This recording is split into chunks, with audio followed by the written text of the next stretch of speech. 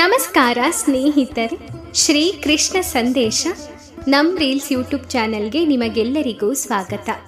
ನಾನು ನಂಬಿಕೆಯಲ್ಲಿ ಮೋಸ ಹೋಗಿರಬಹುದು, ಆದರೆ ಜೀವನದಲ್ಲಿ ಯಾವತ್ತೂ ಸೋಲಲ್ಲ. ನಾನು ಪರಿಸ್ಥಿತಿಗಳಿಗೆ ತಲೆ ತಗ್ಗಿಸಿರಬಹುದು, ಆದರೆ ಕಷ್ಟ ಬಂದಾಗ ಹೆದರಿ ಓಡಿ ಹೋಗಲ್ಲ. ನಾನು ಸಂಬಂಧಗಳನ್ನು ಉಳಿಸಿಕೊಳ್ಳದೇ ಇರಬಹುದು, ಆದರೆ ಇನ್ನೊಬ್ಬರ ಜೀವನದ ಜೊತೆ ಎಂದಿಗೂ ಆಟವಾಡಿಲ್ಲ, ಆಟ ಆಡೋದೂ ಇಲ್ಲ. ಇದು ಒಬ್ಬ ಪ್ರಾಮಾಣಿಕ ವ್ಯಕ್ತಿಯ ಜೀವನದ ನಿರ್ಧಾರವಾಗಿರುತ್ತದೆ. ಕೋಪ ಬರುವುದು ತಪ್ಪಲ್ಲ, ಅದು ಸುದೀರ್ಘಕಾಲ ಉಳಿಯಬಾರದು ಅಷ್ಟೆ. ಬೆಂಕಿಯಿಂದ ಮೈ ಚಳಿ ಕಾಯಿಸಿಕೊಳ್ಳಬೇಕು, ಅದರಲ್ಲೇ ಧುಮುಕಿ ಬಿಡುವುದು ಅಸಾಧ್ಯವಾಗಿದೆ. ನಾವು ಕಷ್ಟ ಇರದ ಸಮಯದಲ್ಲಿ ತುಂಬ ಜನ ಹತ್ತಿರ ಬರಲು ಬಯಸುತ್ತಾರೆ. ಅದೇ ಕಷ್ಟ ಬಂದ ಮೇಲೆ ಹತ್ತಿರ ಇದ್ದವರು ಕೂಡ ಏನಾದರೂ ನೆಪ ಹೇಳಿ ನಮ್ಮಿಂದ ದೂರ ಹೋಗುತ್ತಾರೆ. ಎಲ್ಲ ಸಿಕ್ಕಾಗಲಷ್ಟೇ ನೆಮ್ಮದಿ ಅಂದುಕೊಳ್ಳುತ್ತೇವೆ, ಆದರೆ ಎಲ್ಲವೂ ಸಿಕ್ಕ ಮೇಲೆ ಗೊತ್ತಾಗುತ್ತದೆ ಏನೂ ಇಲ್ಲದಿರುವಾಗಲೇ ನಾವು ನೆಮ್ಮದಿಯಿಂದ ಬದುಕಿದ್ದೆವು ಎಂದು. ಇಲ್ಲಿ ಒಳ್ಳೆಯ ಮಾತುಗಳು ಯಾರಿಗೂ ಇಷ್ಟ ಆಗೋದಿಲ್ಲ, ಹಾಗೆಯೇ ಒಳ್ಳೆಯ ಮನಸ್ಸು ಕೂಡ ಯಾರಿಗೂ ಬೇಗ ಅರ್ಥ ಆಗೋದಿಲ್ಲ. ಇದೇ ನಿಜವಾದ ಜೀವನ. ನಾವು ಕೆಲವರಿಂದ ದೂರವಾಗುವುದು ಅನಿವಾರ್ಯ. ಅದು ಅಹಂಕಾರಕ್ಕಾಗಿ ಅಲ್ಲ, ನಮ್ಮ ಸ್ವಾಭಿಮಾನಕ್ಕಾಗಿ. ಮನಸ್ಸಿಗೆ ಅತಿಯಾಗಿ ನೋವಾಗುವುದು ಶತ್ರುಗಳಿಂದ ಅಲ್ಲ, ನಾವು ಅತಿಯಾಗಿ ಯಾರನ್ನು ಇಷ್ಟಪಡುತ್ತೇವೆಯೋ ಅವರಿಂದ. ನಿಮ್ಮ ಅಂದಚಂದವನ್ನು ನೋಡಿ ಪ್ರೀತಿಸುವವರು 100 ಜನ ಸಿಗಬಹುದು, ಆದರೆ ನಿಮ್ಮ ಮನಸ್ಸಿನ ಕಷ್ಟ ನೋವುಗಳನ್ನೆಲ್ಲ ಅರ್ಥ ಮಾಡಿಕೊಂಡು ಪ್ರೀತಿಸುವವರು ಒಬ್ಬರೇ ಇರುತ್ತಾರೆ. ಅಂಥವರನ್ನು ಯಾವತ್ತೂ ಕಳೆದುಕೊಳ್ಳಬೇಡಿ. ಜೀವನ ನಿಮಗೆ ಪ್ರತಿದಿನ ಕಷ್ಟ ಕೊಟ್ಟರೂ ಸೋಲೊಪ್ಪಿಕೊಳ್ಳದೆ ನಗುತ್ತಲೇ ಇರಿ. ಮುಂದೊಂದು ದಿನ ಕಷ್ಟಗಳೇ ಸೋತು ನಿಮ್ಮಿಂದ ದೂರವಾಗಿ ಹೋಗುತ್ತವೆ. ಭಗವಂತ ಪರಿಶುದ್ಧ ಭಕ್ತನಿಗೆ ತೋರುವ ಕರುಣೆಗೆ ಮಿತಿಯೇ ಇಲ್ಲ. ಇದನ್ನು ಭಗವದ್ಗೀತೆಯ 7ನೇ ಅಧ್ಯಾಯದ ಶ್ಲೋಕ 23ರಲ್ಲಿ ಹೀಗೆ ವಿವರಿಸಲಾಗಿದೆ. ಅಲ್ಪ ಬುದ್ಧಿಯವರು ದೇವತೆಗಳನ್ನು ಪೂಜಿಸುತ್ತಾರೆ. ಅವರು ಪಡೆಯುವ ಫಲವು ಮಿತವಾದದ್ದು ಮತ್ತು ಅಲ್ಪಕಾಲದ್ದು. ದೇವತೆಗಳನ್ನು ಪೂಜಿಸುವವರು ದೇವತೆಗಳ ಲೋಕಕ್ಕೆ ಹೋಗುತ್ತಾರೆ, ಆದರೆ ನನ್ನ ಭಕ್ತರು ಮಾತ್ರ ನನ್ನ ಕಡೆಗೆ ಬರುತ್ತಾರೆ ಮತ್ತು ನನ್ನ ಪರಮ ಲೋಕವನ್ನು ಶಾಶ್ವತವಾಗಿ ಮುಟ್ಟುತ್ತಾರೆ. ಭಗವದ್ಗೀತೆಯ ಕೆಲವು ವ್ಯಾಖ್ಯಾನಕಾರರು ದೇವತೆಯೊಬ್ಬನನ್ನ ಪೂಜಿಸುವವರು ಪರಮ ಪ್ರಭುವನ್ನು ಮುಟ್ಟಬಹುದು ಎಂದು ಹೇಳುತ್ತಾರೆ, ಆದರೆ ದೇವತೆಗಳನ್ನು ಪೂಜಿಸುವವರು ವಿವಿಧ ದೇವತೆಗಳು ನೆಲೆಸಿರುವ ಬೇರೆ ಬೇರೆ ಗ್ರಹಗಳಿಗೆ ಹೋಗುವವರು ಎಂದು ಇಲ್ಲಿ ಸ್ಪಷ್ಟವಾಗಿ ಹೇಳಲಾಗಿದೆ.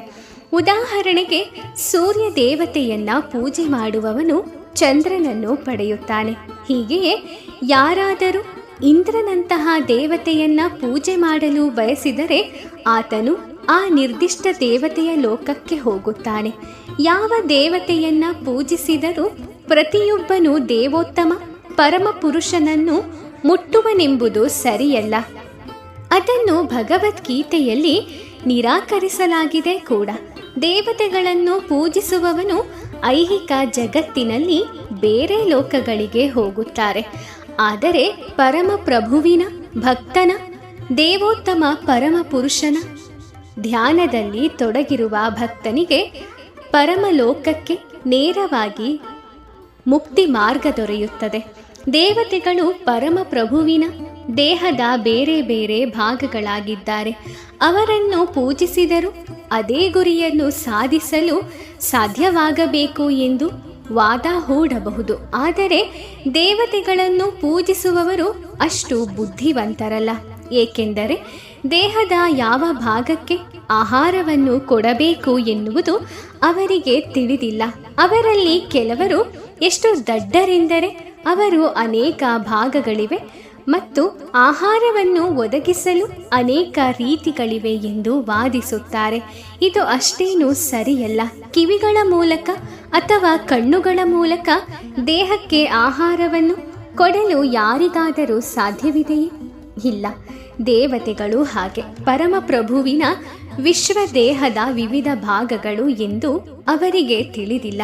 ಅಂಥವರು ತಮ್ಮ ಅಜ್ಞಾನದಿಂದ ಪ್ರತಿಯೊಬ್ಬ ದೇವತೆಯು ಒಬ್ಬ ದೇವರು ಮತ್ತು ಪರಮಪ್ರಭುವಿಗೆ ಪ್ರತಿಸ್ಪರ್ಧಿ ಎಂದು ನಂಬುತ್ತಾರೆ. ಯಾವುದು ಭಕ್ತನು ತಲುಪಬೇಕಾದ ಗುರಿಯಲ್ಲ.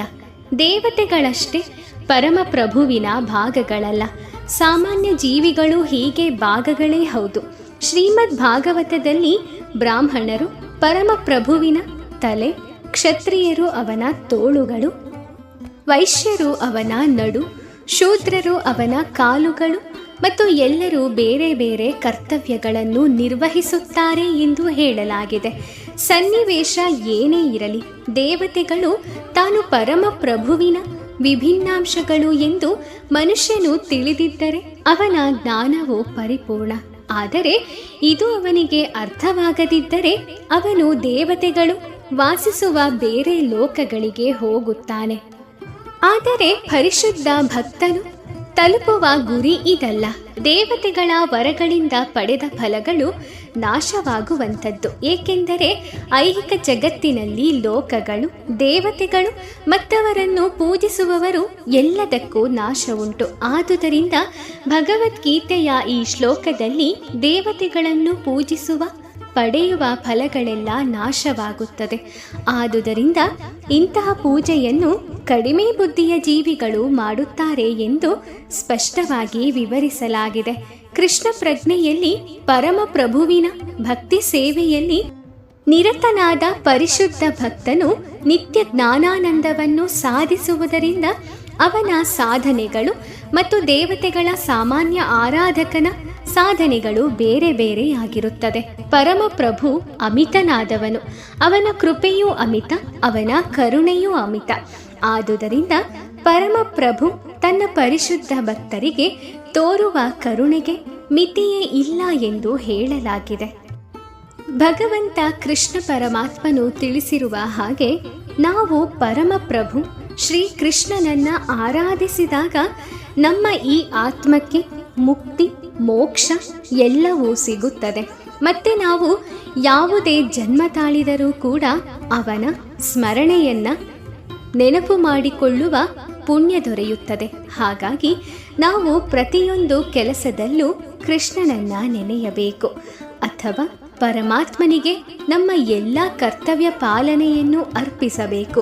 ಹೀಗೆ ನಾವು ಎಲ್ಲದರಲ್ಲೂ ಪರಮಾತ್ಮನನ್ನ ಸ್ಮರಿಸಿದಾಗ, ಪರಮಾತ್ಮನನ್ನ ನಮ್ಮ ಜೀವನದ ಒಂದು ಅವಿಭಾಜ್ಯ ಅಂಗವಾಗಿ ಪರಿಗಣಿಸಲ್ಪಟ್ಟಾಗ ನಾವು ಒಂದಲ್ಲ ಒಂದು ರೀತಿಯ ಎಲ್ಲ ರೀತಿಯ ಸಂಕಟಗಳಿಂದ ದೂರವಾಗಿ ನಮ್ಮ ಒಂದು ಜೀವನದ ಸಂತೋಷ ಸುಖಕ್ಕೆ ದಾರಿಯಾಗುತ್ತೇವೆ.